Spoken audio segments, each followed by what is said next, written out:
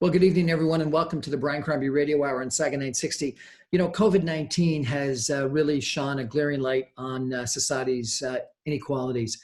COVID-19 seems to have hit some of the poorest in our economy and our society the hardest. And so I wanted to reach out to someone who's really, I think, got potentially an interesting solution to affordable housing. And it's a really innovative, interesting one using containers. And so I want to introduce you to Matthew Lubberts. He's the president at Now Housing Limited. It's located in Cambridge, Ontario. And we're going to talk a little bit about his modular housing, container housing strategy. Matt, how are you? Welcome to the Brian Crombie Radio Hour. Hi, all. Thank you for having me. My pleasure. So tell me, is it containers that you're using? Yeah, we use one tripper shipping containers, what they call tall boys, the 9'6". So all the shipping containers we use have been used once to ship goods over to North America, and then we get our hands on them, we take them. So they're basically brand new shipping containers we use, and we cut our holes in it for windows, doors, and venting, and we finish the insides of them with steel stud spray foam and wall panels and all your goods to make a house look pretty. And we ship them out from there. And why is that better than having the container go back to wherever it came from and ship more products back or back again? And why is it available? Well, it's funny you asked that question. It costs $3,600 American roughly to build a shipping container in overseas, and it costs $4,200 to ship it across the ocean. So it's actually more expensive to ship it back. Now, not all shipping containers don't get reused. It's not like they all come here and we have a huge stockpile of shipping containers, although we do, but they get used and shipped to other goods around the world. But we here in North America get a lot more goods in than we ship out. Actually, there's a number that I heard as of last year before COVID that we were getting 21,000 shipping containers a day in North America that never went back. So it's we have a large overflow of shipping containers. You can drive by any port and you'll see stacks and stacks of the things. And so you can buy shipping containers for cheaper than they cost to build in China? No, we pay when we do the Canadian equivalent almost the same cost as it costs to make them. We're about $5,000 Canadian to purchase a shipping container here. And that's why the prices vary, but right now it's around $5,000 a shipping container that we pay here, which when you do the conversions within a couple $100 of the actual manufacturing cost. And then how much does it cost you to cut in the holes and put in the insulation? Well, that's where we get expensive, especially with some of the stuff we do. But we're usually in the neighborhood of $30,000 to $40,000 a shipping container, depending on what's in them and whether or not it has bathrooms and kitchens or it's just living rooms and bedrooms.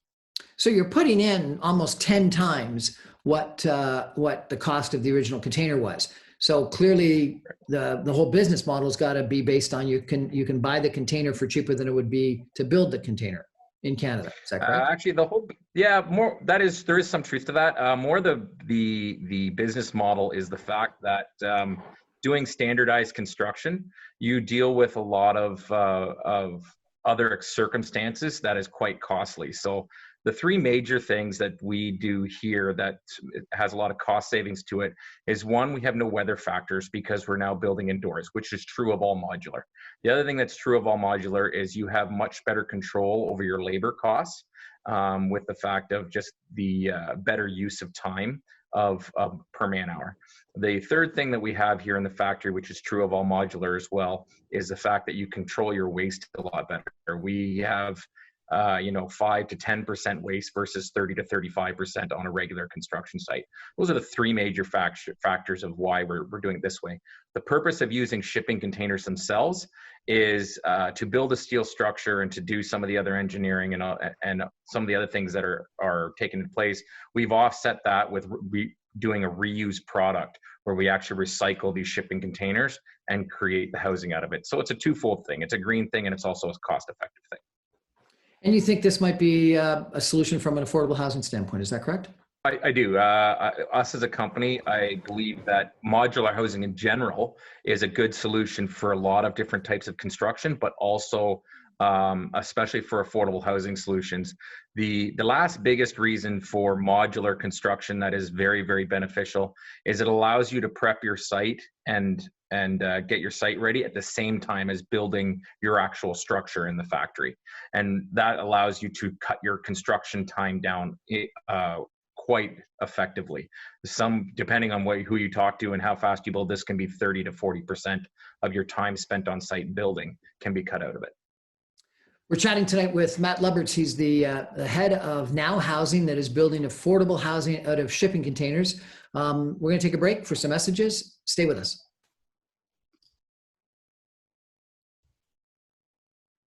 Well, welcome back to the Brian Crombie Radio Hour, Saga 960. We're chatting tonight with Matthew Lubberts. He's the president of Now Housing Limited from Cambridge, Ontario, a fascinating company that's using old shipping containers to build affordable housing. Matt, can you just sort of, describe to us what these shipping containers renovated look like? Sure, I can. I got a bit of a slide program here that I can show you, and I will describe a lot of what's going on here. What we have here is a shipping container building finished, which is cladded with a roof on it. So it looks very much like a standard project when it's finished, no different than you would see built out of stick or concrete or steel. But the guts of it is actually the modulars of the units. And how many shipping containers would that be a typical house? Yeah, so we do units anywhere from a single shipping container, which is a studio, all the way up to a four container unit, which is 1,280 square feet, which can be four bedrooms, 2 bathrooms, kitchen, and living room. What you're looking at here is a building that has 4 2-bedroom units in it on the top 2 floors, and actually the basement is finished standard on site. So this is actually a 6-plex that we are putting up in Windsor. They're very beautiful inside and out. When they're shipped to site, they look like a shipping container, but once we're finished, it has the siding, the railing, the soffit fascia trough. It looks exactly like a standard house. You would never know it was modular housing or shipping containers unless you actually went through and started ripping stuff off of it. And so what gets built in the factory? What we do in the factory is we take a steel shipping container and do everything inside of it. So when it goes to site, it's a simple water, hydro, and sewer hookup. And if it's multiple units, we also join the containers on site. So the only work that's really done on site is the exterior cladding to finish it up. So the actual site time of a project, as I was just showing with the 6-plex, this one here, this can be built in under a month, is the type of idea. The site's prepped, foundation's in, it's ready to go. We bring the modules in, drop it on, finish the outside, and it's basically turnkey walk away. And so when you're doing a modular, I presume the structure is the same because that's why you're building in a factory. So building permits and zoning and things like that, are they far easier to get?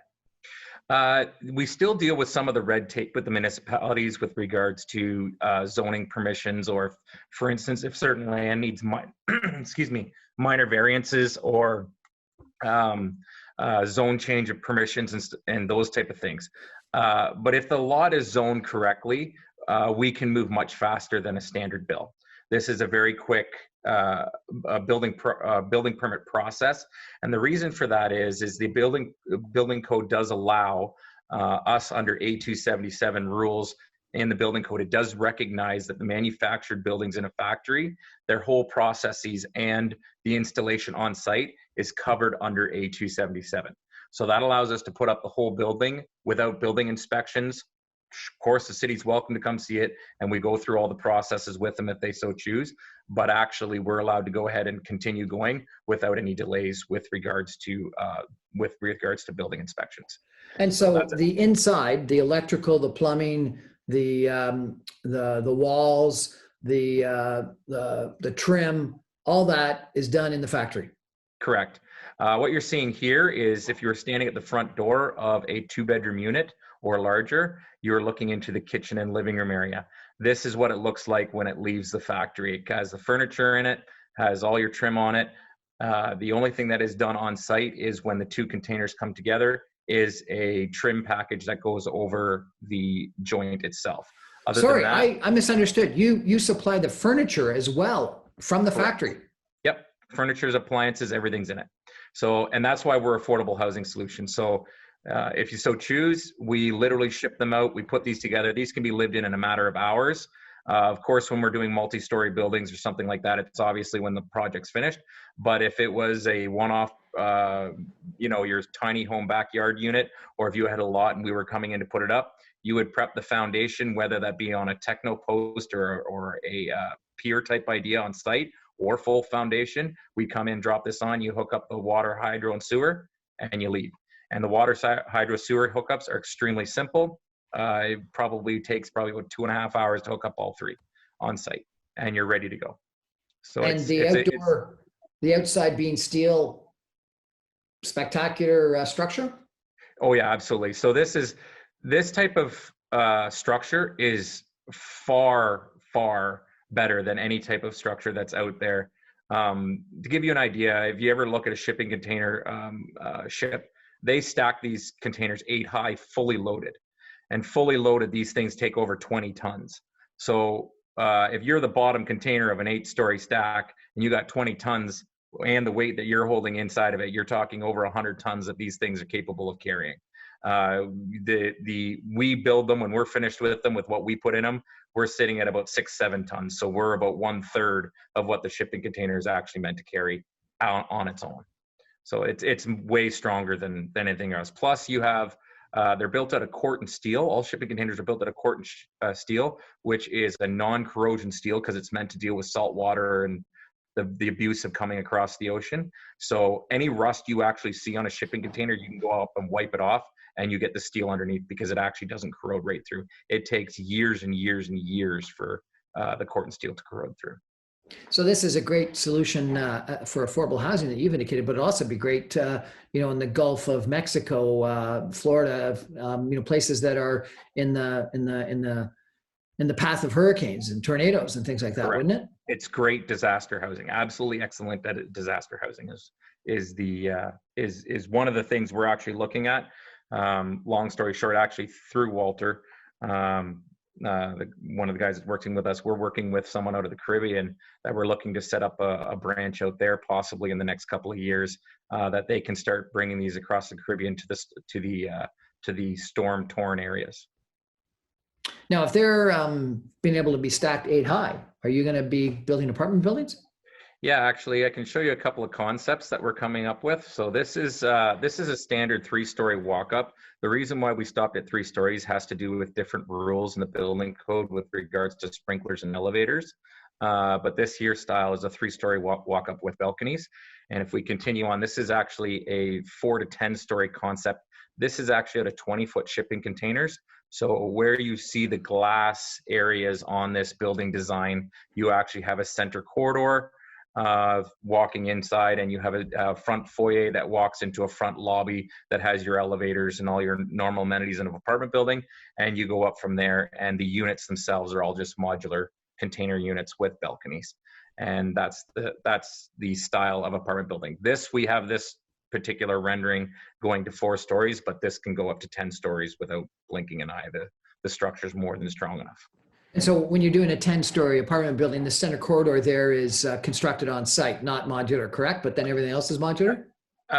Correct. Right now, just because we're going through the engineering of it, what they call the shear wall system, which is your center corridors and your elevator shafts and stuff like that, is done out of concrete. So we would build that out of a standard concrete type construction. And then we would put our shipping containers in each corner to fill in the modules, to fill in the corners of the apartment building, if you're to look at it that way. We are looking at some options of putting in elevator shafts that are built out of shipping containers, but that's a whole nother engineering to tackle. And I think we need a couple more years under our belt before we get into that one. Absolutely fascinating. And do you have a picture of a bedroom you could show us? I do. Right there. This is a bedroom. So what we do with the bedroom, if you noticed on our balconies here, you have sliding doors that open up into a 4-foot balcony. And what you see through the bedroom from the inside is the big sliding door. So this is a 6-foot sliding door. What we actually do is we build a wall in the end of the container where the door is open. And then we take the doors and we open them up and we drop in a floor and a railing, and you have a pre-made basically 4-foot balcony. And then we clad the doors and whatever the exterior finishes are. And you basically have a balcony off of every single bedroom in your apartment building. The bedrooms themselves are rather large. They're about 16.5 feet long, depending on which model it is. And they're about 7'8" wide. Again, we supply the furniture that goes in them, so everything fits nice and it all works nice and pretty, like you see on the screen. We also we're looking at Murphy beds. We put Murphy beds in, but also with this particular, what you're seeing here is 2 drawers underneath the bed, so you have the dresser under the bed if you wanted more wall space per se. And so, clearly by supplying the furniture as well, you're getting scale economics, not only in your construction because it's done in a factory, but in the purchasing of all of the furnishings. That's correct. Yeah. So that's another thing with doing modular in the factory type idea is actually you have that across the board. Everybody understands more supply, less costs. Hence why we have all our big box stores. And it's the same model. When we're building 20, 30, 50 of the same thing, and we're providing all the beds and furniture and other stuff, we're not spending $1,000, $1,500 a bed. Our beds are $150 to $300, depending on which ones they are. And it's the same thing with the appliances. It's all scale, right? So the more we produce, the cheaper things get. So how have you been so far from a success standpoint? We've been busy. I've been very busy. As I said, we started this company about 2 years ago now, and it's been a lot of work to get all of our approvals and everything in place. Just to get the CSA approval to be able to do this under our own things that we could finish them complete in a factory took us almost a year to get, just to get through all the engineering. CSA approval is actually a 3-part thing. It's one, our quality control manual, make sure that we're always building it the same and we're keeping the same high standards on all our builds. In the factory, it's a factory itself to make sure that the factory is set up properly, that it meets all the standards, and then obviously our modules and our drawings that them as well meet Ontario Building Code, and they're all kept up to all the proper certifications and standards. That was basically the first year. The second year was to go out and get things going. But since we've moved into our new factory here about 2 months ago now, I know Thomas, our VP of partnership, has been pounding the salt, and we're looking at a lot of different orders. I can't give you exact numbers because that's his side of the game, but I know we're into the multi-millions right now with regards to sales. And so are you selling to the end user, or are you typically selling to a land developer that owns the land and hires you to supply the house? Actually, both. We sell to 3 different major groups. We do sell to end users. So, someone who has something in their backyard that wants a unit, or they have a piece of land that do it. We do work with and sell to some developers. But our main focus has been a lot of nonprofits and government assistant type housing. For instance, the 1-6plex I showed you is going to be built for homeless youth. Distressed youth, and one of the other projects we have is to provide temporary housing for another homeless shelter.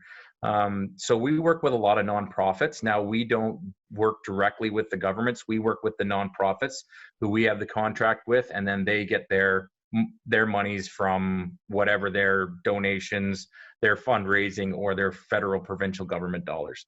And that's how most of our contracts go.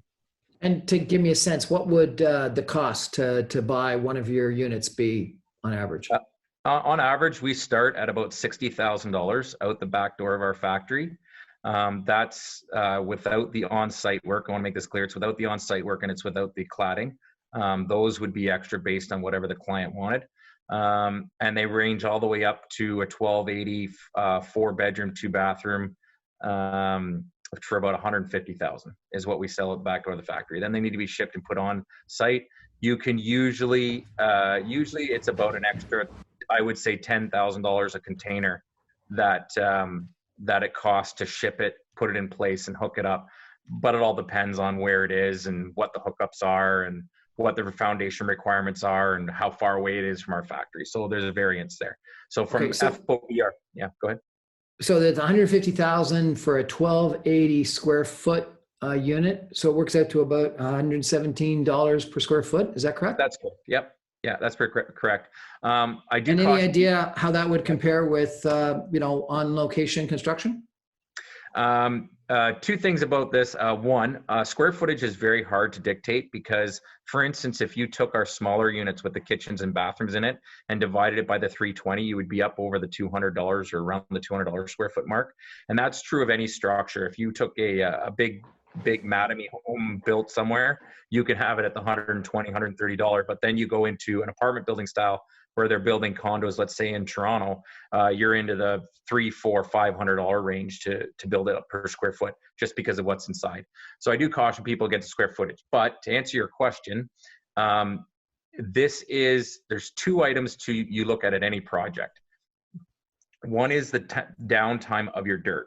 So if I have a piece of property and I'm going to build something on it and I'm taking something down, or it's an empty piece of land, my construction costs go vastly up the longer that construction project goes on. Overhead, interest, a lot of other things that get involved with it. So to be quick about it, if we can cut 30% out of those costs by just being faster, there's a huge cost savings that way. Secondly, we are cheaper by square foot on average compared to conventional builds by probably 20 to 25%. That's on average. And again, it all depends what you're comparing to and what someone is building. But on an average, that would be the cost savings. We're chatting tonight with Matthew Lubberts. He's president at Now Housing Limited in Cambridge, Ontario.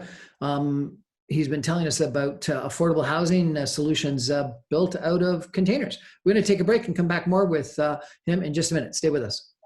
Yeah. Welcome back to the Brian Crombie Radio Hour. We're chatting tonight about affordable housing and some really innovative solutions with Matthew Lubberts. He's the president at Now Housing Incorporated in Cambridge, Ontario. Matthew, this is fascinating. And you wanted to show me and talk about an accessible bathroom solution as well? Yeah, that's correct. I'm going to flip through a couple more different options that we provide just to deal with, one, the affordable housing needs with regards to distressed type of demographics, but also what's available that we do provide. What we have right now on the screen is a handicap accessible unit, barrier-free. It provides everything you need from a roll-in shower to having your grab bars and your wide doorways so that you can get in, as well as the stuff in your kitchen with the high toe kick so that it's easier to wheel up. So we provide an accessible unit. This here, what you're looking at is that same room that was actually a bathroom becomes a bedroom. And this would be your standard 2-bedroom unit with a smaller one. Another thing to point out is the small closet that you see on the screen actually has a stackable laundry in it. So all our units come with stackable laundry as well. The multi-bedroom unit, the 4-bedroom unit that I had spoke of earlier, is on the screen now, and you can see it's a 2-bathroom layout with a four bedrooms, an extra room for whatever may need to be, study, den, and then a kitchen, living room area. What we have here is what we call our tiny home or backyard units. This is like a bunkie. Yeah, it's like a bunkie. This falls under a lot of the tiny home rules that Hamilton, Toronto, Kitchener, and a lot of municipalities have now approved to have a separate dwelling unit in your backyard.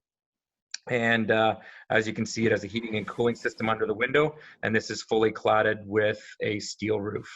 Why the heating and cooling system that's external, and how is it in most of the structures? This one, when we do a single container, we use a split air system, which is a ductless system.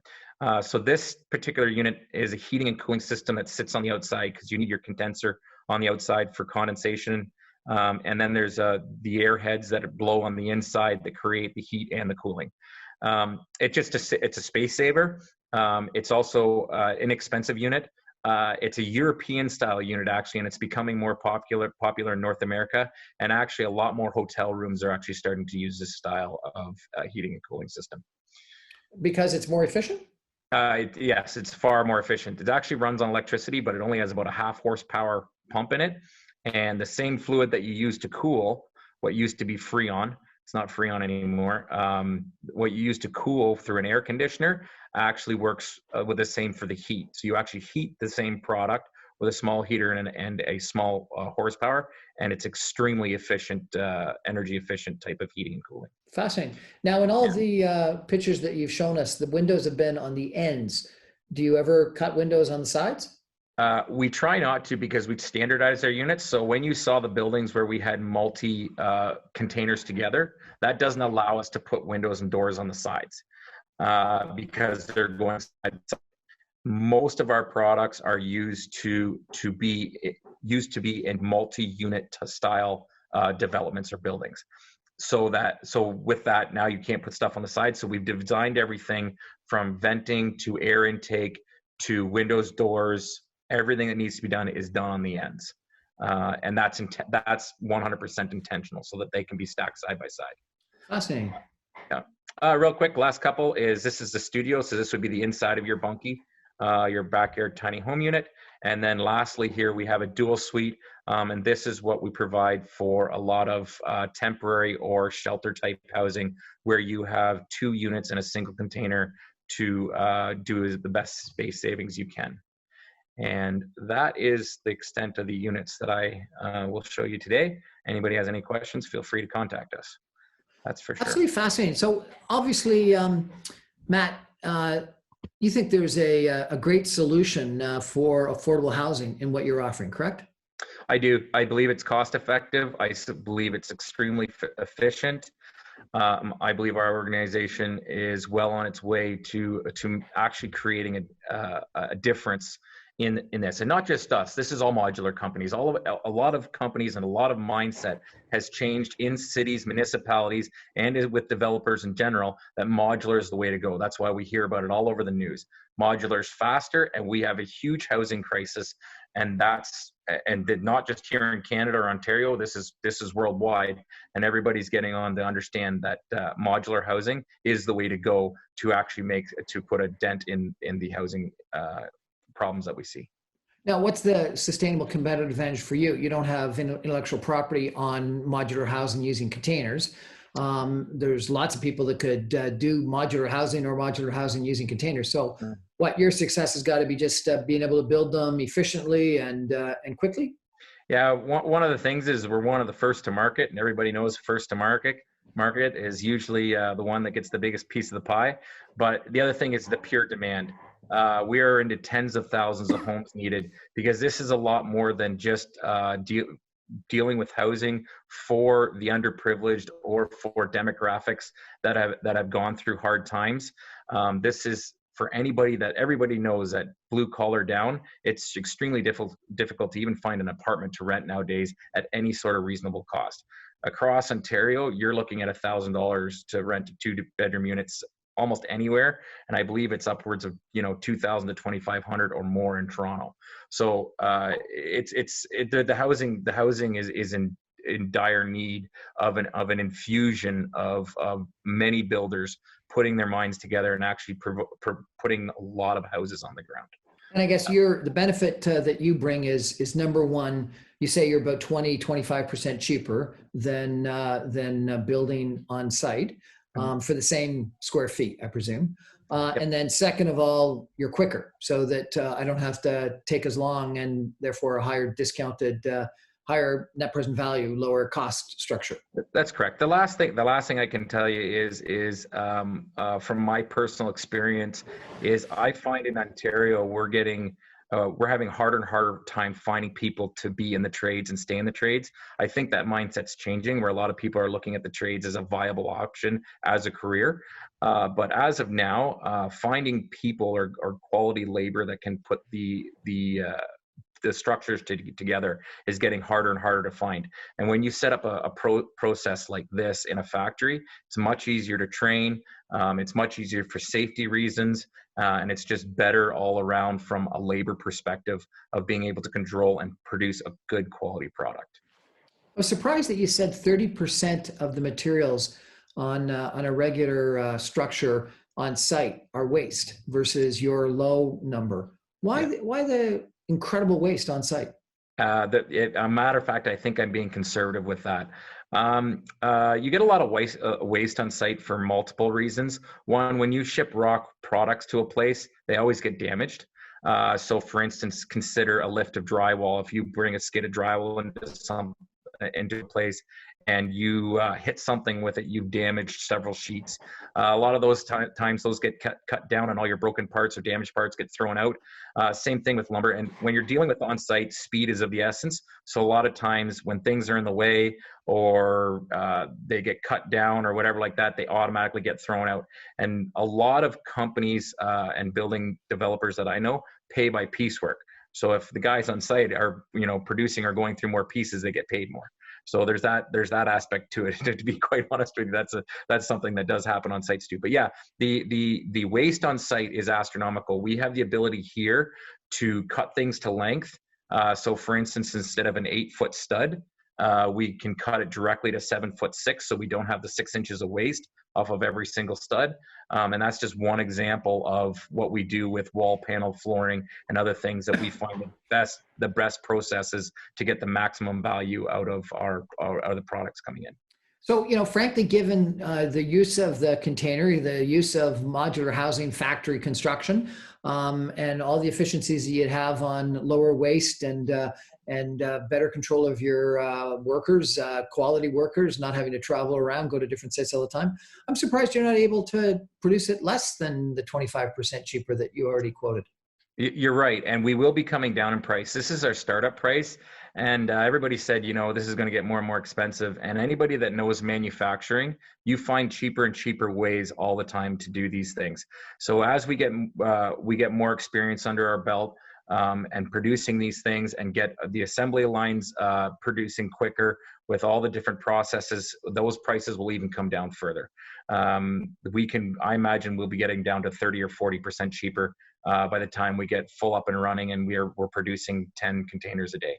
That's our goal, is to ship out 10 modules a day. And where are you now?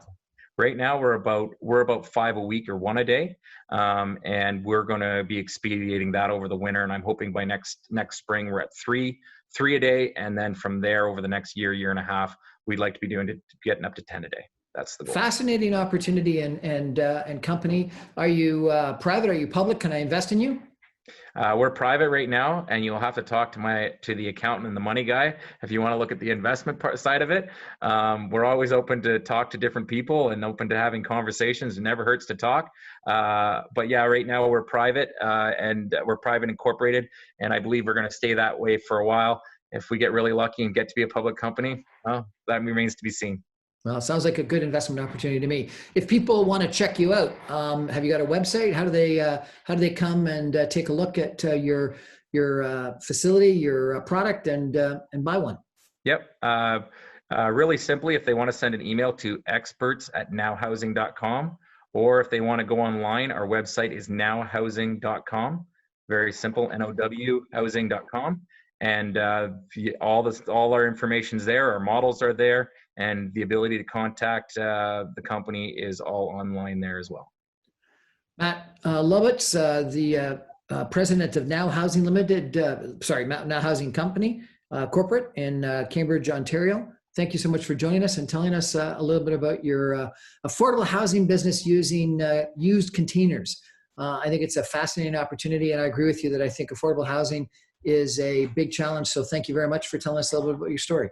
Thank you, Brian. So we're going to take a break and come back with some final comments in just a minute. Stay with us.